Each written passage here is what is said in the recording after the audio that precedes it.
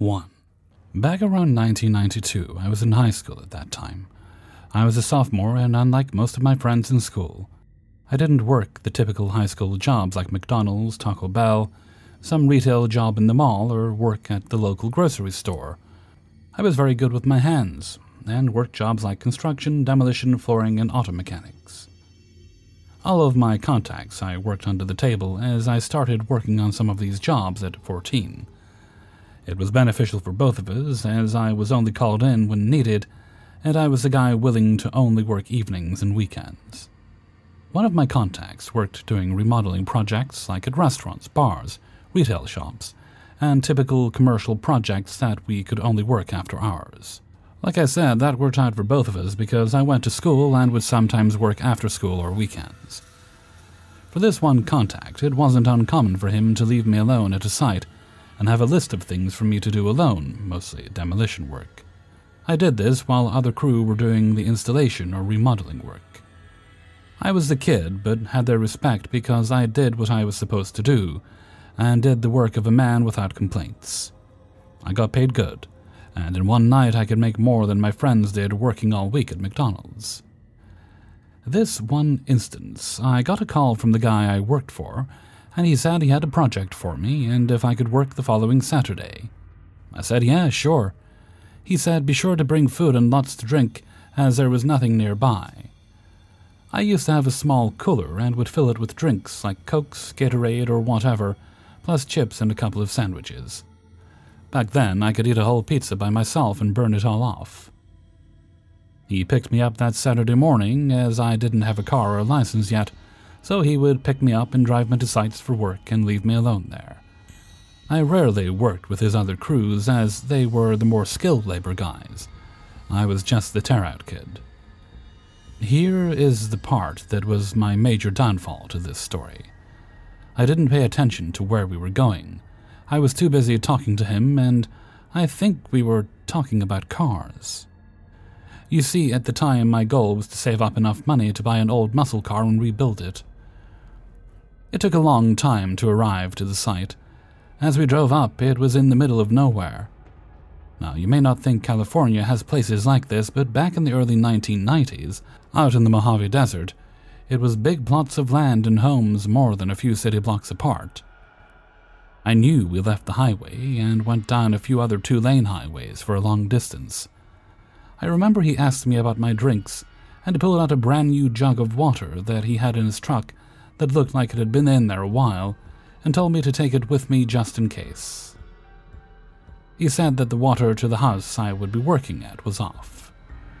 As we pull up to the property, he is in a hurry to drop off tools and get to another work site, so I hurry up and help him with things like breaker bar, shovels, pry bar, hammer, broom, several big trash bins, and a small tool bag that I often had with me. He tells me that he'll be back to pick me up about 5 or 6 p.m., as there is no electricity to this site either, plus it should only take me till then to do what I needed to do. That was always his way of saying, I am only paying you till this time, so you better get everything done by then. It was never too outrageous, as we always had a good understanding on time and tasks. He drove away, and I'm at his property all alone. I walk into the house, it's mostly empty. My job was to remove all remaining furniture, contents, appliances, remove all the flooring, gut the kitchen and bathrooms, and remove all of the wood paneling. This project was going to be like what we now call a flip. They were going to fix it up and sell it. Almost immediately, I got kind of spooked by the place. It was very odd. Now, mind you, I'm used to being on sites alone, working at night. This was the daytime on a Saturday and bright outside. However, the house was old, dark, musty, and kind of cool inside, the kind of cool that gives you goosebumps. To add to the spook factor of the house, let me describe what I remember about it. Imagine walking back in time to the 1960s or earlier. Dark green carpet that looked like matted brown broccoli. Pine wood everywhere that had a darker stain to it. The wood paneling wasn't the kind used in the 1980s sheet paneling, but actual board paneling tongued in groove, old window curtains that all looked like someone's grandma made, avocado green sink, stovetop oven, and the stuff that was left behind the cold furniture, and a closet full of old stuffed animals that looked to be about 30 years old. The style of this house was like an old western ranch, as there were wagon wheels inside and outside the house. I had an old battery-powered radio, but could only get a few stations, but was just happy for the noise. I started removing all the junk from the house, and as I normally did on a project if there wasn't a dumpster on site, I made a trash pile. I tore up all the flooring next. To my delight, everything seemed to come up with ease, and it was rip, cut, and toss. I took a big demo hammer to the kitchen and tore it apart in less than an hour. I ended up using that big jug of water that my boss had given me to wash my hands and face periodically, but by late afternoon, as most who know the desert, the dryness also starts to take moisture from you, especially if you're working in it. So by late afternoon, I'm down to my last drink, and I had already ate everything I brought. No worries, I thought the guys would be here in a couple of hours to pick me up. As the time gets closer for them to arrive, I'm done with all my tasks. I even sweep the entire place, and it's now ready for the rehab crew to get to work, making this place look modern. The time of year I was out here, it wasn't a typical hot desert day, but you know in the desert, as soon as the sun goes down, it starts to cool rapidly. I had a flannel shirt, but that wasn't enough, and it was starting to get dark. This was the time before cell phones were common, and, well, there was no electricity, water, and phone service to the house. I climbed up to get on top of the roof of the house to get a better look, to see if I could see something in the distance, and what looked like miles down I saw a smaller road that this dirt road led to, and a few homes, but those homes were all in dark. My first thought was to hike down to a neighbor's house and ask them to use the phone. The nearest house, no one was home, and this home also looked abandoned. If you remember, the early 90s was the start of a decline of the economy and recession, so it wasn't uncommon for a lot of foreclosed homes and a tract of homes. A lot of those I worked on at that time. I started to think about my options as darkness fast approached. One was to stay at the house until morning, to hike with what little water I had a few miles into the dark Mojave night. 3, wait until early morning and hike out of there to some sort of civilization. It also suddenly occurred to me that no one knew where I was except my boss. I don't know if he told anyone else where I was, and certainly my family wouldn't miss me until maybe Sunday night. But I didn't even tell them I was going to work there. They knew me and how much I would work and save up for my car, that they never worried about me not coming home. As full darkness was all around me, it was amazing looking out at the night sky, and lucky for me, the moon was bright. I didn't have a flashlight or any way to make a fire. Even though I tried, I was going to make a small bonfire out of broken-up construction debris as the temperature started to fall, probably down to low 40s. My only option was to go back inside the empty, creepy house that somehow seemed even more creepy sitting alone in the dark. At about 8 p.m., the batteries on my radio, which was my only source of a little light and noise, started to die. I grabbed the old wooden chair and sit in the living room of this house facing the door. I'm starting to hear wind, odd noises, which I assume are animals in the distance, and what sounds like leaves under feet. I am starting to shiver from the cold, so I set off and trying to start a fire in the fireplace. Imagine like Tom Hanks in Castaway trying to start a fire. At least this is keeping my mind off my situation. Sitting in this living room next to the fireplace, the house seems even more darker than it should have. Mind you, in the daytime the inside seemed dark, so with only the moonlight, I was pretty much sitting in complete darkness. My mind starts to play tricks on me. I am seeing shadows moving outside and inside the house. I am also starting to hear someone talking like whispers or something. I get up from my chair and yell out, "Hello?" And just as I do, I hear something fall from the other side of the house. I run over to the door and go outside again. At least in the moonlight I can see better, but off in the distance I hear noises and see movement, but can't make it out. I have my pile of tools by the edge of the house ready for when my boss picks me up, so I run over there and grab Big Daddy. It was my heavy pry bar that I used in demo. I was ready to defend myself from whom or what was out there. I have to keep moving because my undershirt and flannel shirt wasn't enough to keep me warm. The wind was also starting to pick up, and for as far as I could see, no lights around me. I didn't want to try to make it up on the house again, out of fear of falling in the dark, but I get up on top of the gate, just to try and gain a little bit of altitude, to see if some house lights are on nearby, or car lights. My mind went to the stories that circled around at the time, about how people would come up to the Mojave Desert and bury bodies, how there were Satanist groups out here, and how people would go missing for no reason out here.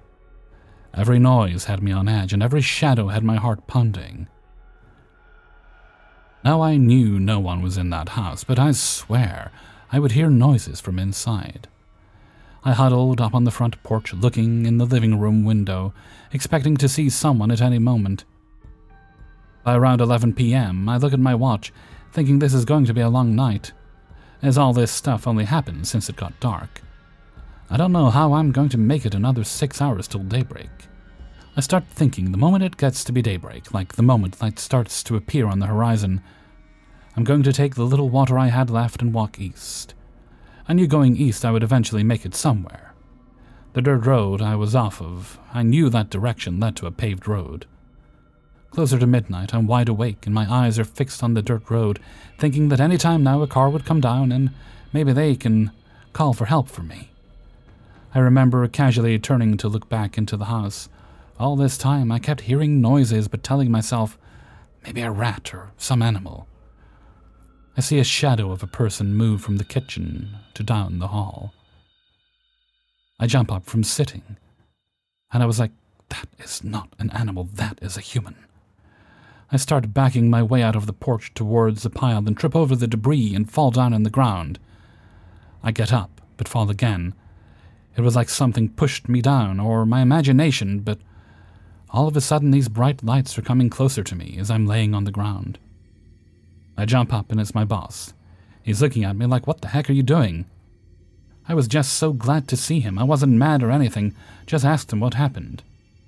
He said he was sorry, but he thought the other crew was coming to get me, and they thought that he was coming.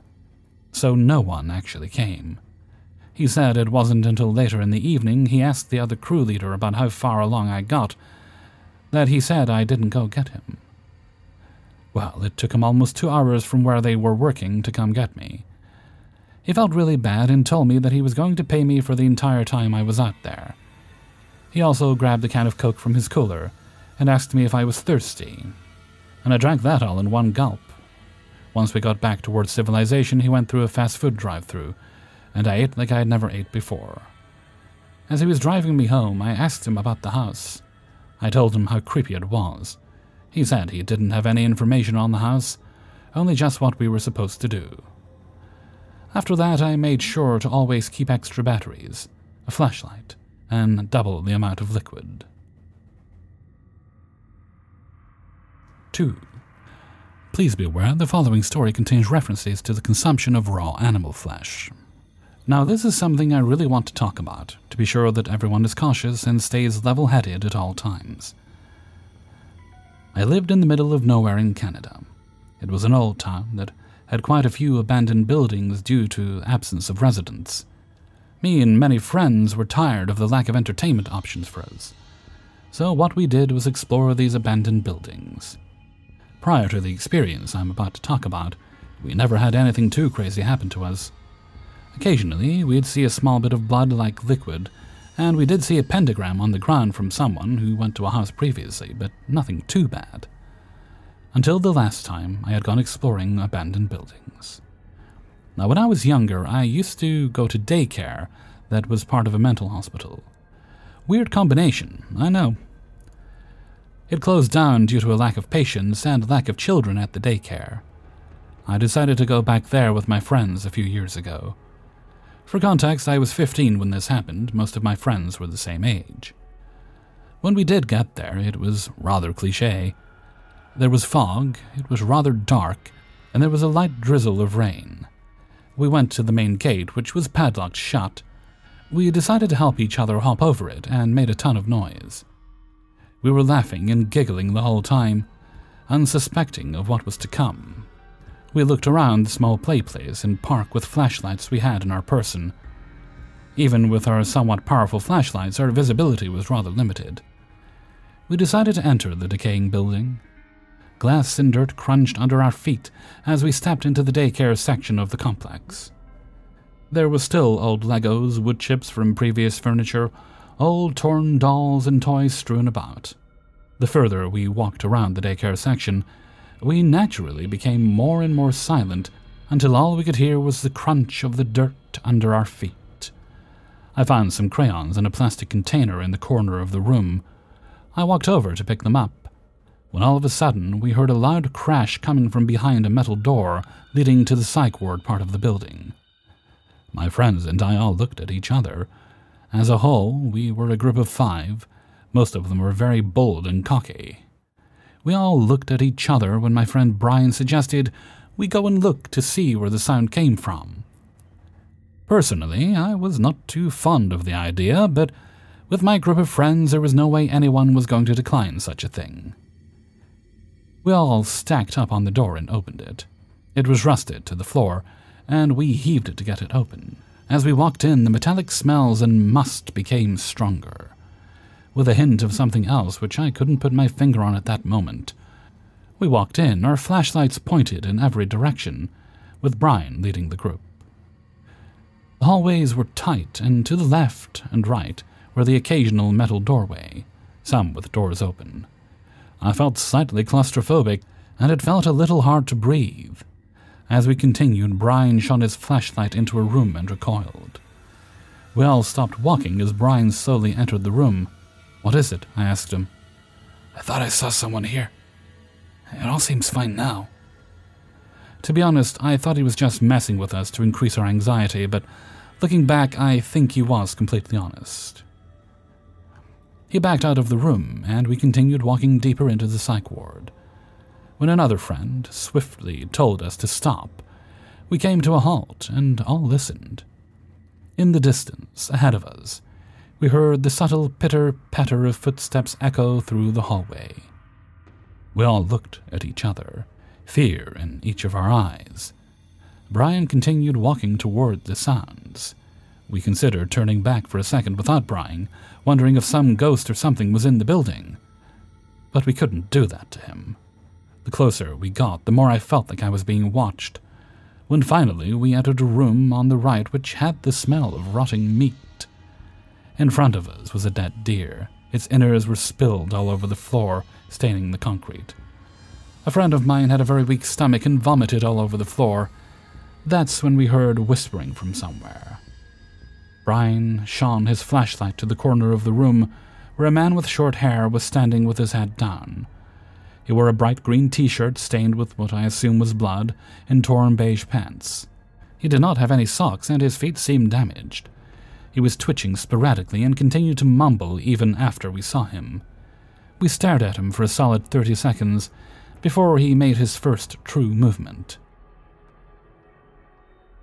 He looked up at us with a haunting grin that sent shivers down our spine. "You guys here for the feast?" He said each word with varying inflection and energy. This kicked us over the edge, and we bolted out of that room all the way back to the daycare center. The door was still open. It took the 3 of us pulling with all of our strength to close it, and just before we did, I could still see the silhouette of the man watching us, his white teeth being the only other human feature I could see. As we sat behind the metal door, catching our breath for a second, all looking at each other, confirmation that we all saw the same thing. After a little bit of labored breathing from each of us, we heard a light tapping on the door. That's when we decided it was time to leave. We booked it out of the vicinity completely and ran home. A year after we visited that spot, police went back to do a routine search of the area and found the man. It was stated that this guy used to go to the psych ward before it closed down. He escaped the facility he was transferred to and lived off the wildlife around the complex. When the cops brought him in, he had a series of diseases and sickness from eating raw meat. His mental condition was much worse than before. There were future rumors that he did kill someone in the forest while searching for food, but nothing has been confirmed. In the end, guys, be careful, especially in dangerous areas such as abandoned buildings. 3. When I was 10, My parents and I went to visit my grandmother for spring break. My cousin also came to visit, and we decided we wanted to go to the YMCA for the day. My grandmother dropped us off and said she would come and pick us up in 4 hours. On that day, the YMCA was empty. There were a couple of adults in the exercise room, but that's it. We went to the basketball court, and after 2 hours of playing tag and shooting baskets, we were bored. I've never been the biggest fan of swimming, but this YMCA had a pretty cool pool, so we changed into our bathing suits and headed in there. The pool was empty except for the lifeguard. We played a bunch of games and swam laps, but after an hour, there wasn't much to do, and there was no one except us to hang out with, to keep things interesting. So we decided to play a game of seeing how long we could hold our breath underwater. We stood in the shallow end near the clock on the wall so we could time ourselves. Instead of fully submerging, we just stuck our heads face down in the water. We did this a couple of times, and I was winning. On our last round, I felt a tap on my shoulder. I figured it was my cousin giving up and telling me that I won. But instead, it was the lifeguard who told me to knock it off or she was going to have to ask us to leave the pool. Since we were tired of being in the pool, we figured we would get out, get dressed, and go back to the basketball court until my grandmother picked us up. We only had an hour left anyways, and the water was freezing. As we got out, the lifeguard stopped us and asked if we wanted to go into the sauna to warm up and dry off. The sign said 18 years or older, so of course we were super excited that she allowed us to do that. She walked us to the sauna and unlocked the door. The door was glass and the interior was made entirely out of wood. Inside, above the door, there was a clock, possibly to help make sure you were not in there for an unsafe amount of time. The lifeguard stand was adjacent to the sauna, but if you looked out the door, you could clearly see it. She followed us in and went over to the thermometer encased in plastic and unlocked it so she could crank up the heat. I figured she must have to turn it on each time, so I didn't think anything of it. But my cousin and I were very short girls, so we couldn't see the temperature that was printed on the thermometer knob. But I know she was turning up the heat. Then she left and shut the door behind her. I thought I saw her lock the door too, but I thought to myself, why would she lock the door when we might want to get out? I checked the clock and decided we should get out in 10 or 15 minutes. It was already plenty warm in the sauna, but now the room was blazing. It felt nice because I was so cold from the pool. After about 15 minutes, it was starting to get a little bit too hot, and my cousin agreed we should leave so we could get dressed. I wanted to turn the knob on the door, but it wasn't budging.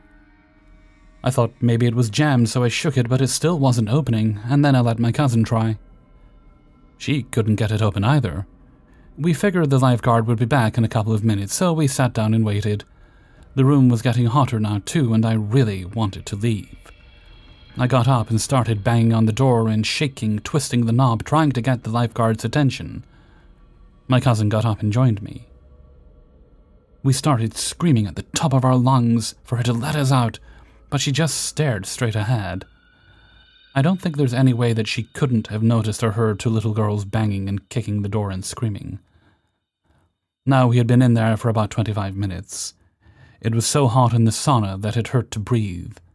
It felt like my lungs were on fire, my eyes and skin were burning. We sat back down and put our towels over our heads because they were still a little damp, and it made it easier to breathe.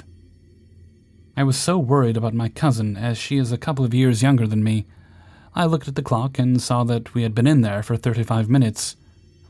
I got up and walked to the door again and saw the lifeguard still just staring straight ahead. Again, I tried to get her attention by screaming that we needed out and banging on the door as hard as I could, but still nothing. I was starting to get dizzy, so I went to go sit down, but the wooden seats of the sauna burned my skin. My towel was completely dry, so I put it underneath me to sit on. My hair was also dry, but I wrapped it across my face to cover my nose, and I squinted my eyes so that they didn't burn as bad, but I could still watch if anyone walked past the door. It helped a little bit. My cousin was laying face down with the towel over her head, not moving or saying anything, so I nudged her to make sure she was still okay. She was, but I could tell that we really needed to get out of there soon because she seemed a bit disoriented. It had been 45 minutes now, and I was extremely nauseous. There was no way that the lifeguard would forget that we were in there, and I thought she would have to come back soon, but there was this little voice in my head telling me that maybe she purposely locked us in there. Finally, a man walked past the door towards the pool, but for some reason, I just couldn't get up. My whole body was on fire and I felt so dizzy. Luckily, this man wasn't going to the pool. He wanted to be let into the sauna and came back with a lifeguard. I saw them walking this way and immediately jumped up to grab my cousin. I knew now that for sure she had locked us in there because she pulled out her keys to unlock the door and let the man in. I didn't want to take any chances of us being trapped in there any longer, so as the man was trying to walk in, I was trying to shove our way out. As we were going out, the lifeguard started trying to shut the door and push us back with it. The man was clearly confused about what was going on and said, I think they want out. The lifeguard let out a sigh and opened the door fully, and we ran away as fast as we could into the changing room. We only had about 10 minutes before a grandmother was supposed to pick us up. So, we were both shaken by what had just happened that we didn't say anything to each other as we got dressed, or on the car ride home. When we got back to the house, my parents were making us dinner, and I told them the story of what just happened. They thought that I must have been exaggerating, and they didn't believe me. I truly think that the woman was going to let us cook alive in there. The only bit of doubt I have is what would have happened if we actually died. She obviously would have gotten the blame. What was her endgame? I'm 21 now, but I think about this interaction all the time, and when I'm in small spaces or I get too warm, I still have panic attacks. No one believes this story, and I get it. It's pretty absurd. Do you think that this could have been some crazy misunderstanding? Or do you think that she just left us in there to die? And why? Hey everybody, Hellfreezer here, and thank you very much for listening to 3 True Scary Stories. Episode 554. Yes, I do still do these. Now, if you'd be so good, so that I can do more in the future, bang, poke, or click the like button in any way you please, because that's what YouTube needs in order to recommend these videos to other people. Okay, let's see. I don't think there's any other business today, so let's move right along to Hellfreezer's question of the day. And today's question is, how do you feel about 2-in-1 furniture? You know, it's meant to do one job, but it does another. Because for my office, I'm thinking about getting a pull-out sofa. I don't really need the pull-out part, because I don't generally have guests, but it would be good to have an option in case someone I like is in dire need of a place to stay for a night or two. But no more than that. Boo. So how do you feel about that? 2-in-1 furniture, not necessarily a sofa bed. There's other things. You know, you get tables that turn into marshmallows or... Wait, no, that's not right. You've seen those tables that kind of like a little one, then it expands outward, that sort of thing? Yeah, so let me know what you think. If you've got any better ideas, things I've not thought of, I'd love to see them in a comment below. Also, if you click on the description there, you can find links to all the Hellfreezer stuff like Patreon, and I think Twitter's still on there, and various other bits and bobs that might interest you. Oh, Discord is on there too. Okay, so with that, I'm gonna head off for now. So until next time, thank you very much for listening, and take very good care of yourselves.